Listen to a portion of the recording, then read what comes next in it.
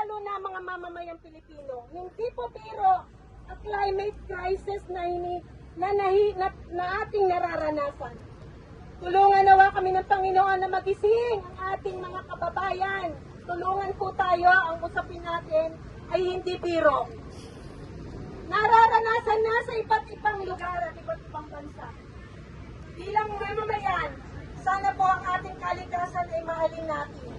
Huwag nating pahintulutan ang mga mayayamang bansa at mayayamang korporasyon na matuloy ang kanilang paglalagay ng pondo, insurance sa mga planta na nakakasira sa ating kalikasan.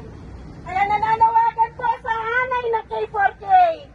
Magsama-sama po tayo na matugunan natin ang ating problema at tulungan tayo ng ating gobyerno.